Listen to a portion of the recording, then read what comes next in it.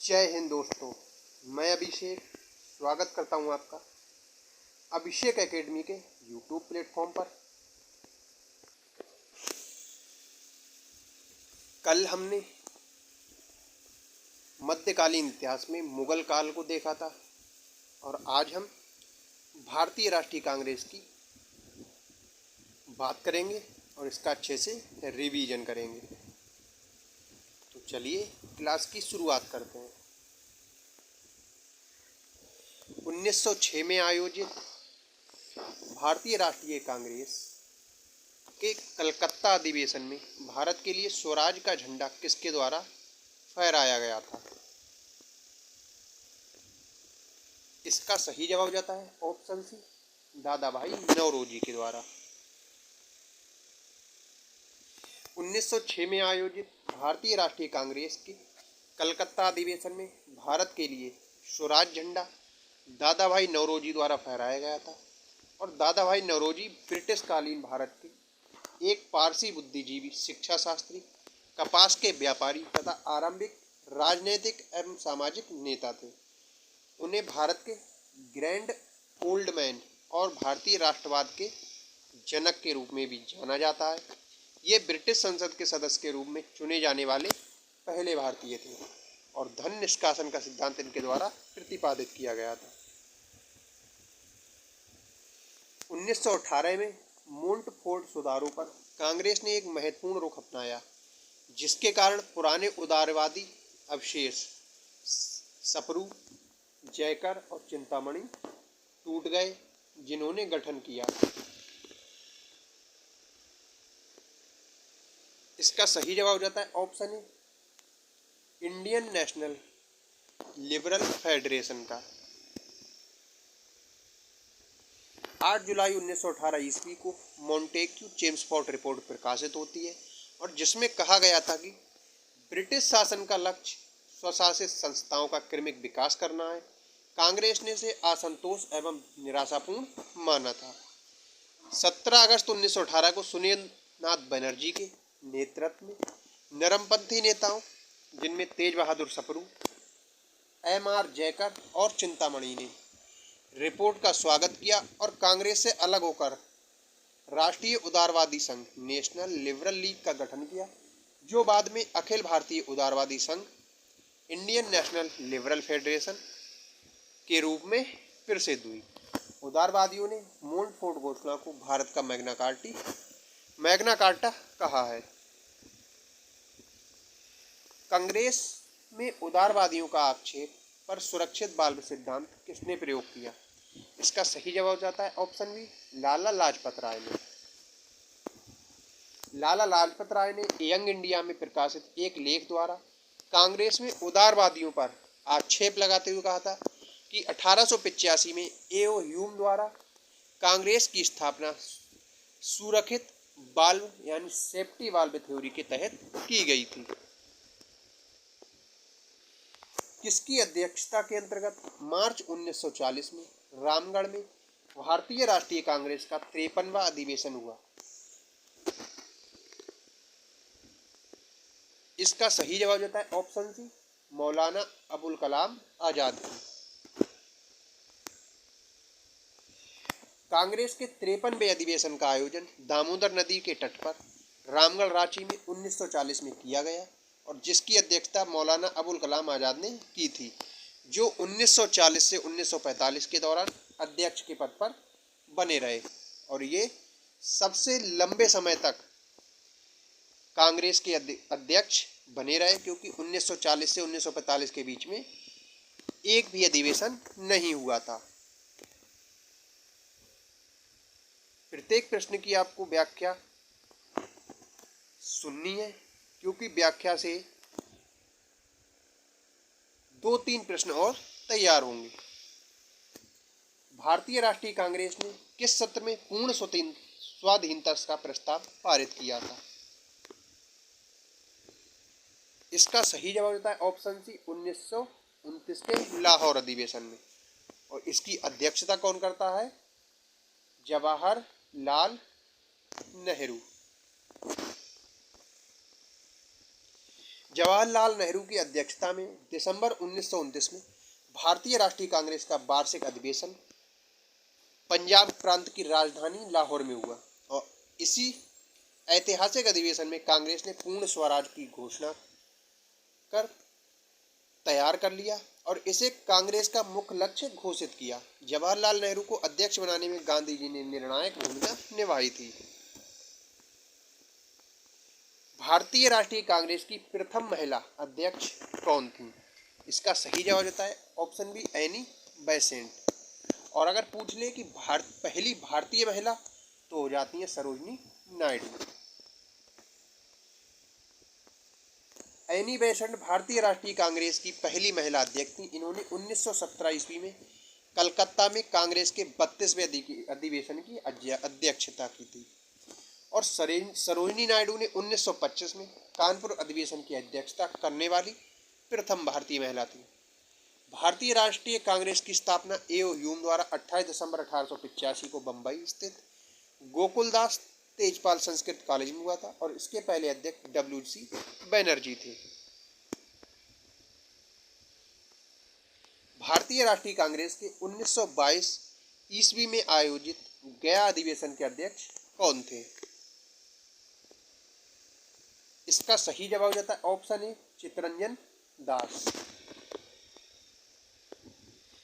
भारतीय राष्ट्रीय कांग्रेस के 1922 ईस्वी में आयोजित गया अधिवेशन के अध्यक्ष चित्तरंजन दास थे। इस अधिवेशन में सरकार द्वारा बनाई परिषदों का बहिष्कार तथा परिषदों में प्रतिभाग करने पर विमर्श किया गया। पंडित मोतीलाल नेहरू एवं चित्तरंजन दास ने राष्ट्रीय आंदोलन की प्रगति बनाए रखने के लिए कांग्रेस के विधानमंडल में प्रवेश कर राजनीतिक लड़ाई लड़ने का विचार प्रस्तुत किया और इसी कारण इन्हें परिवर्तनवादी कहा गया। और इसी अधिवेशन में मोतीलाल नेहरू सी.आर. दास ने त्यागपत्र दे दिया और जनवरी 1923 में कांग्रेस खिलाफत स्वराज पार्टी का गठन किया।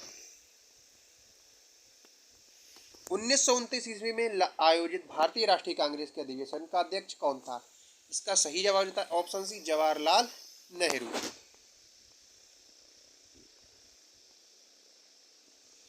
सन 1929 ईस्वी में लाहौर में आयोजित भारतीय राष्ट्रीय कांग्रेस के अधिवेशन की अध्यक्षता पंडित जवाहरलाल नेहरू ने की थी।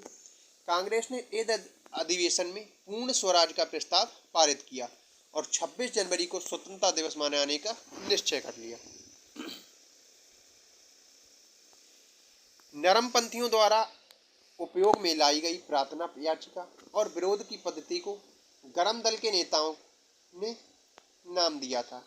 तो क्या नाम दिया था? इसका सही जवाब था ऑप्शन बी भिक्षावृत्ति की राजनीति। 1905 ईस्वी तक भारत के राष्ट्रीय आंदोलन पर उन लोगों का वर्चस्व था जिन्होंने प्राय नरमपंथी, राष्ट्रवादी व उदारवादी कहा जाता है। ये उदारवादी नेता संवैधानिक तरीकों से ही भारत की स्वतंत्रता प्राप्त करना चाहते थे क्योंकि अंग्रेजों की न्यायप्रियता में इनकी घोर आस्था थी। इसीलिए उदारवादी नेता अपनी मांगे प्रार्थना पत्रों, प्रतिवेदनों, स्मरण पत्रों एवं शिष्टमंडलों के द्वारा सरकार के सम्मुख प्रस्तुत करते थे और इनके इसी लचीलेपन और संयत व्यवहार के कारण उग्रपंथी नेताओं ने इसे राजनीतिक भिक्षावृत्ति की संज्ञा दी। भारतीय राष्ट्रीय कांग्रेस के प्रथम मुस्लिम अध्यक्ष कौन थे? इसका सही जवाब था ऑप्शन बी बदरुद्दीन तैयबजी।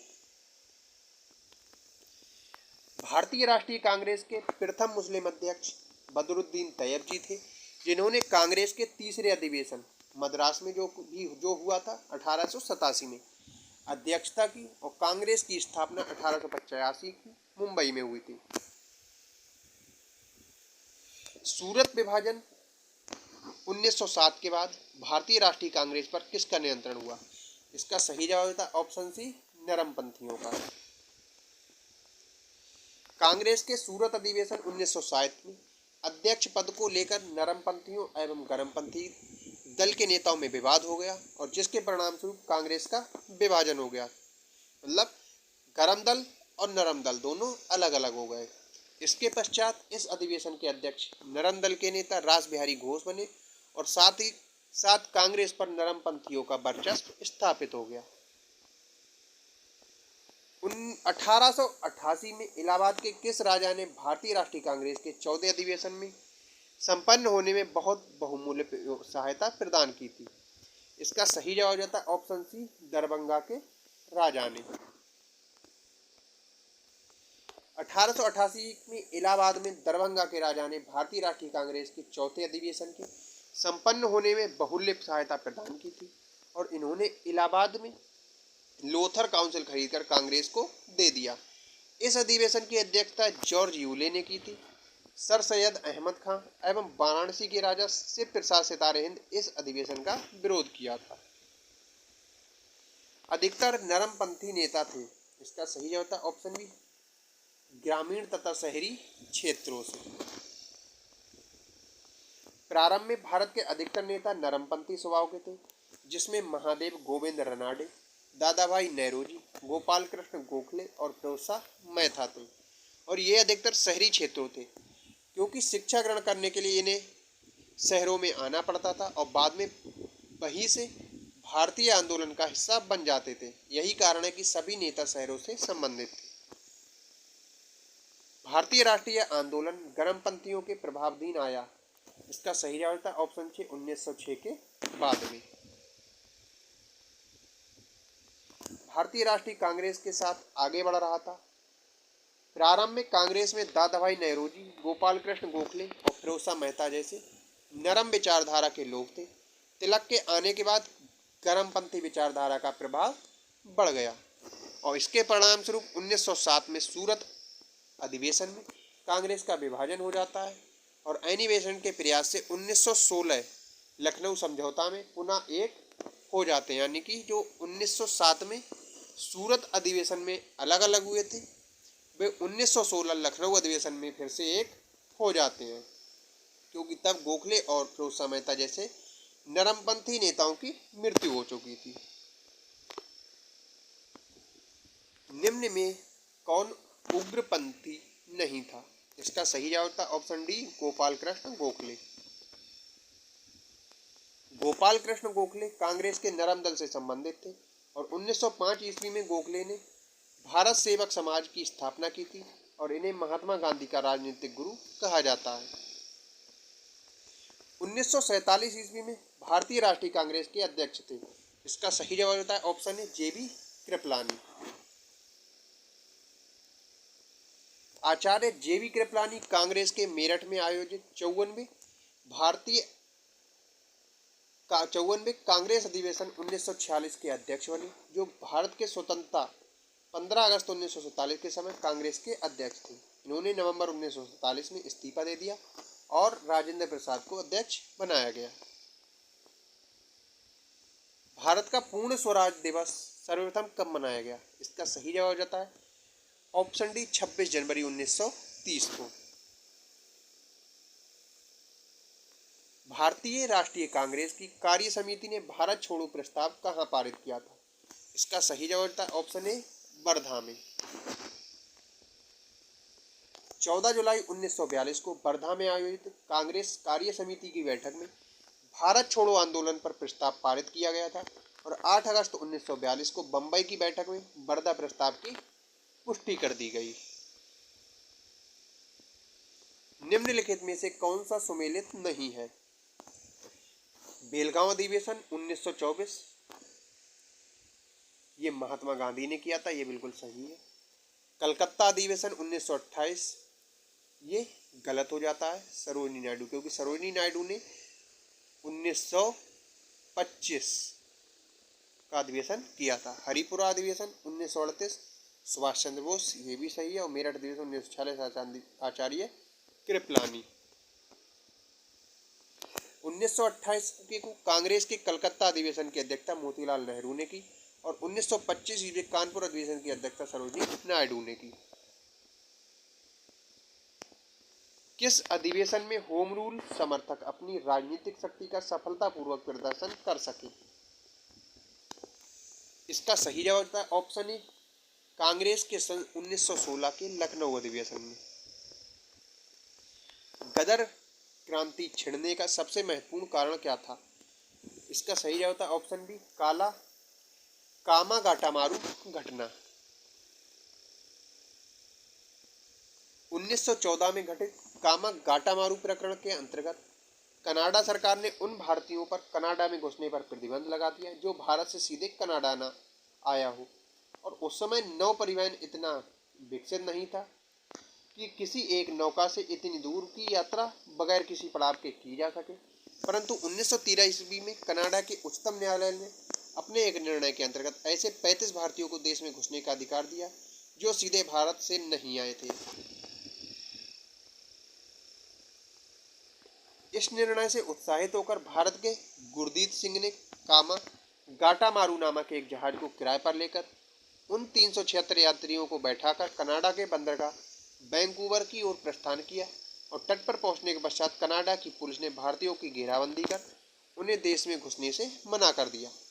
भारत की ब्रिटिश सरकार ने जहाज को सीधे कलकत्ता लाने का आदेश दिया और जहाज के बजबज पहुंचने पर यात्रियों एवं पुलिस के मध्य झड़पें हुई। भारतीय राष्ट्रीय कांग्रेस का प्रथम अधिवेशन कहाँ हुआ था? इसका सही जवाब होता है ऑप्शन सी मुंबई में।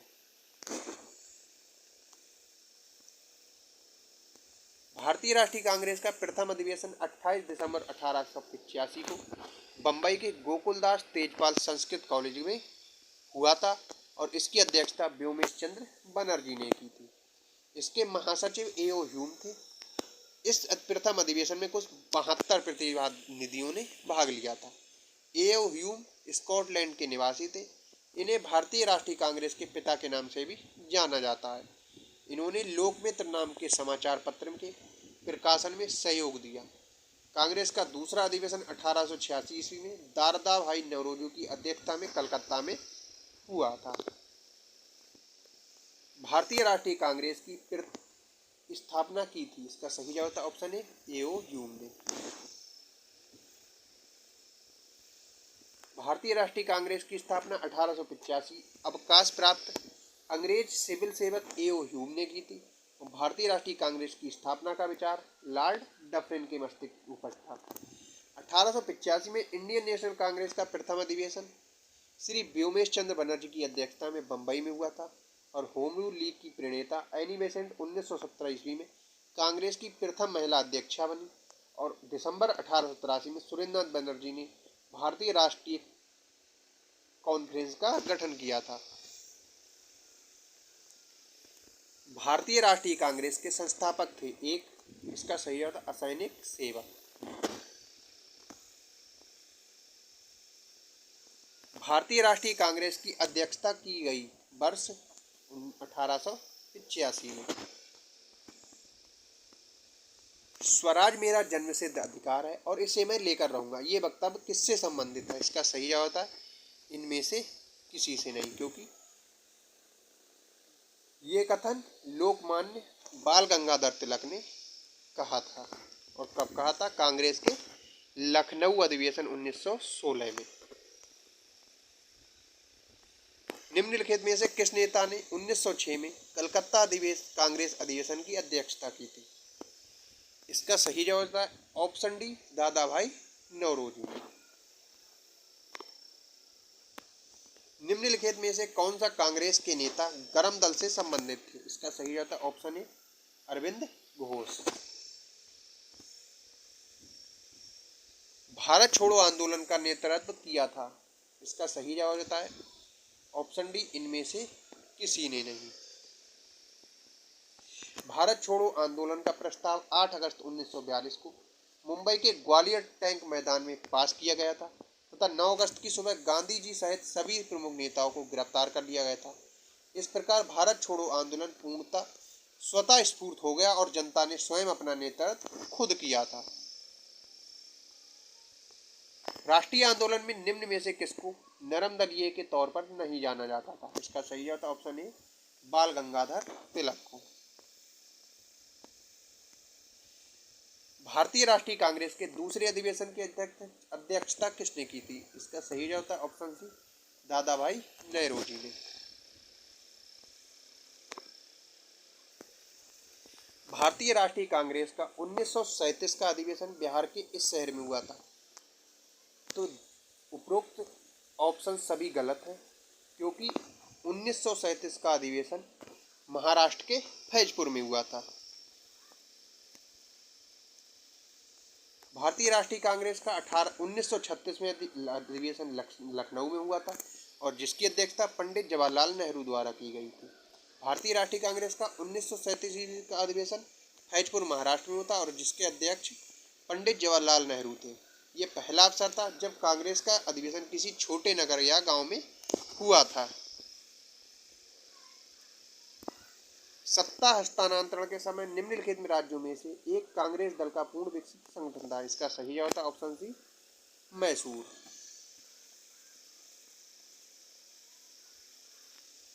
1947 के भारतीय राष्ट्रीय कांग्रेस के दिल्ली अधिवेशन की अध्यक्षता किसने की? इसका सही जवाब था ऑप्शन बी, राजेंद्र प्रसाद ने। कांग्रेस के नरम दल के नेताओं की आंदोलन की पद्धति थी। इसका सही जवाब था ऑप्शन बी, राजवामबद्ध आंदोलन।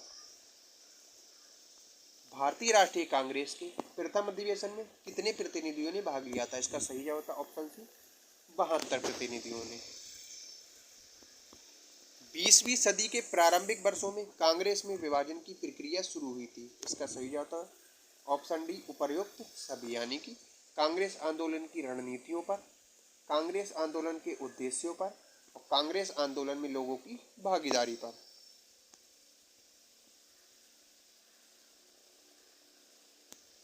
नेहरू रिपोर्ट की अध्यक्षता में एक कमेटी द्वारा तैयार किया गया था और इसका विषय था।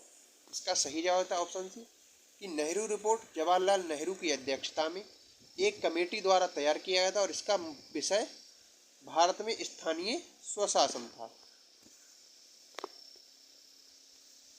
इंडियन नेशनल कांग्रेस की प्रथम महिला अध्यक्ष कौन थी और जो भारतीय थी? इसका सही जवाब था ऑप्शन सी, सरोजिनी नायडू।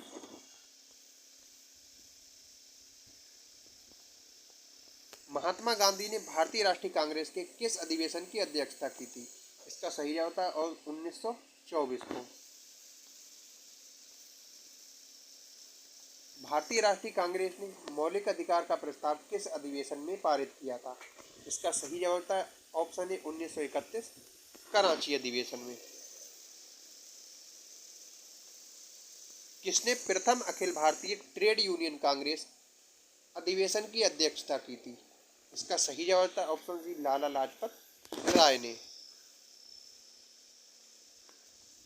भारतीय राष्ट्रीय कांग्रेस के 1916 के लखनऊ अधिवेशन में किसने बिहार के नील उगाने वालों का एक प्रश्न प्रस्तुत किया था? इसका सही जवाब था ऑप्शन ए, राजकुमार शुक्ला ने। किस वर्ष में एक भारतीय महिला भारतीय राष्ट्रीय कांग्रेस की अध्यक्षा बनी थी? इसका सही जवाब था ऑप्शन ई, उपर्युक्त में से कोई नहीं। भारतीय राष्ट्रीय कांग्रेस के 27वें सम्मेलन की अध्यक्षता किसने की? इसका सही जवाब था ऑप्शन बी, आर.एन. मुधोलकर ने। सन 1938 में भारतीय राष्ट्रीय कांग्रेस के अध्यक्ष निर्वाचित हुए थे। इसका सही जवाब था ऑप्शन बी, सुभाष चंद्र बोस। 1897 के भारतीय राष्ट्रीय कांग्रेस के अमरावती अधिवेशन को किसने 3 दिवसीय तमाशा कहा था? इसका सही जवाब था ऑप्शन सी, अश्विनी कुमार दत्त ने। ब्रिटिश हाउस ऑफ कॉमन्स में चुने जाने वाले दादाभाई नौरोजी प्रथम भारतीय थे जिन्होंने इस दल की टिकट पर चुनाव लड़ा था। इसका सही जवाब था ऑप्शन ए, उदारवादी दल पर। तो आज की क्लास में हमने भारतीय राष्ट्रीय कांग्रेस के अधिवेशन और भारतीय राष्ट्रीय कांग्रेस के बारे में रिवीजन किया था और कल की क्लास में हम बंगाल विभाजन एवं स्वदेशी आंदोलन के का अच्छे से रिवीजन करेंगे। तो आई होप आज की क्लास आपको अच्छी लगी होगी। क्लास अच्छी लगी हो तो क्लास को लाइक और चैनल पर नए हैं तो चैनल को सब्सक्राइब जरूर कर लें। मिलते हैं कल अगली क्लास के साथ।